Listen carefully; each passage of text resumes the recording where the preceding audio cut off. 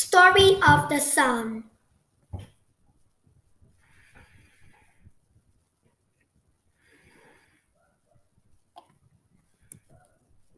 Long ago, a curious young boy lived in a far off land. To the east, there were mountains. To the west, there was a large sea. As each day began, the curious young boy sat and looked to the east. He watched the sun rise over the mountains. As each day ended, he looked west. He watched the sun sink into the sea. The curious boy's name was Saul. Saul was named after the sun. But Saul wondered where the sun came from, and he wondered where it went each night. The harder Saul thought, the more confused he became. He wondered how many suns there really are. Would there ever be a time when a new sun would not rise from the east? Saul was smart. He knew that the sun brought light. He knew that without the sun, everything would be dark. He also knew that the sun brought warmth. He loved to feel the warm sun on his brown skin. Saul worried about a day when a new sun might not rise. He worried about living in a land of darkness. He worried about being cold. Saul learned about a wise woman. He was told she knew the answer to everything, so he decided to visit her.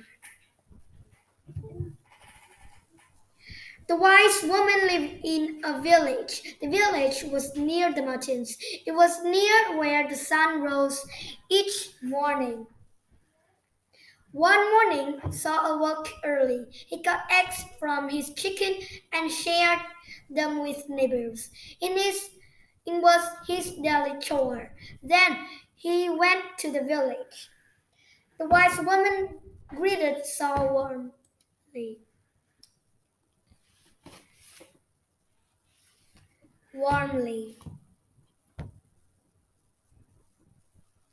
She took him into her hut and she began to answer his question about the sun.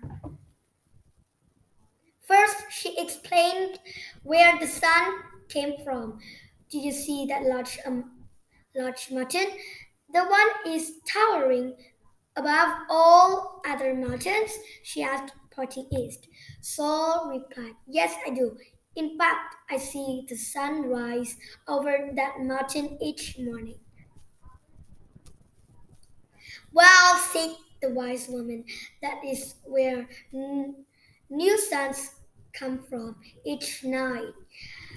After the sun sinks into the sea, the mountain feels cold and alone. But then the mountain thinks about the kindness it sees every day. The mountain thinks about all the things people do for each other, she said.